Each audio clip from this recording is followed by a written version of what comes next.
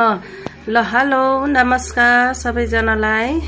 ल आज चाहिँ हामी माइती म चाहिँ शङ्खसभा माइती मेरो माइती चाहिँ है शङ्खसभाबाट माछा असला माछा लिएर कोदोको ढेँडो पकाएर मेरो सासु आमा अनि मेरो जेठाजु दाइ हामी तीनजना बसेर माछाको सुपसँग ढेँडो खान लागिरहेको छु साथीहरू है। अनि त्यहाँ सिमीको सब्जी पनि बनाएको छु अनि रुख टमाटरको अचार अनि माछाको सुपसँग ढेँडो। ल कस्तो भएछ खाम है अब। ल हाम्रो दाइले चाहिँ माछाको सुपसँग ढेँडो एकदमै मिठो भयो भन्दै हुनुहुन्छ र मम्मीले पनि। ल मैले चाहिँ माछाको सुप पिएँ। वाउ एकदम मिठो भएको छ माछाको सुप है। यो चाहिँ शङ्खसभाको असला माछा भनेको चाहिँ एकदम बेस्ट हो नि त। त्यही भएर मलाई चाहिँ यो माछाको सुपसँग अप्पर कोदोको ढेँडो खानु मन थियो के साथीहरू। अनि त्यही भएर एक पिराङको माछा लगेर ढेँडो पकाएर खाने मेरो प्लान थियो।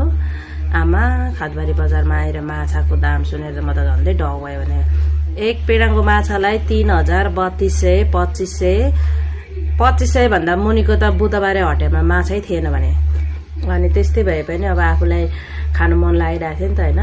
अनि 3000 को एक पिराङको माछा लिएर अनि यहाँनिर ढेँडो बनाएँ। माछाको सुप 2 घण्टा लगभग मैले 2 घण्टा चाहिँ उमाले होला यो माछालाई।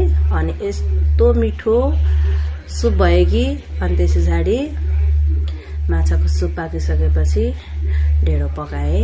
अनि ढेँडो पकाएर अनि हामीले यसरी खायौँ साथीहरू है। एकदम मिठो भएको छ एकदम मिठो।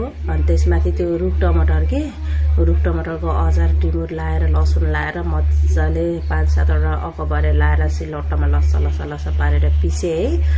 अनि त्यसमा चप्प डुबेर अनि माछाको सुपमा डोब्दा त झन् साह्रो कति मिठो के साथीहरू पुरै नगर्नु। अनि पहाडे सिमी त्यो सिमी पनि एकदमै मिठो है। त्यो पहाडमा चाहिँ कत्रो ठुलो हावाहुरी आयो कि अनि काँक्राको बोटहरू सिमीको बोटहरू चाहिँ सबै लडाइदिएर हो त्यो थाङ्रा जुन अब यो त थाङ्रामा फल्छ नि त। थाङ्रा लडाइदिएपछि त त्यो बोटको त केही कामै रहेन कि। अनि त्यही भएर अलिक कल्लो थियो। त्यही पनि त्यत्तिकै नुन र बेसार मात्रै लाएर है तेलमा अल्लङ पर्लङ पारेर पकाएँ। एकदम टेस्टी एकदम मिठो भएको छ है।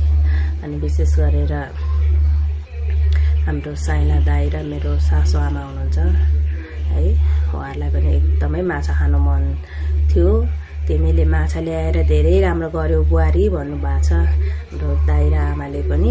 अनि हामीले चाहिँ यसरी ढेँडो खायौँ। एकदमै ढेँडो चाहिँ मिठो भएको छ है। एकदम साँच्चीकै मिठो भएको छ कि। तपाईँहरूले पनि ल खानुभएको छैन भने हुन त अब माछा नखाने र ढेँडो नखाने त कमै होला। त्यही पनि कहिलेकाहीँ अब अरू आइटम अरू सब्जीहरूसँग खानु र खाँदाखेरि अब कुखुराको मासुसँग खाँदा फाल्टै स्वाद, माछासँग खाँदा फाल्टै स्वाद, खसीको मासु भेडाको मासुसँग खाँदा अब सब्जीअनुसार फरक टेस्ट हुन्छ नि त। अनि त्यही भएर माछासँग पनि एकदम मिठो हुने रहेछ साथीहरू है। तपाईँहरूले पनि एकचोटि माछाको सुपसँग ढेँडो बनाएर खानुहोस् ल है त।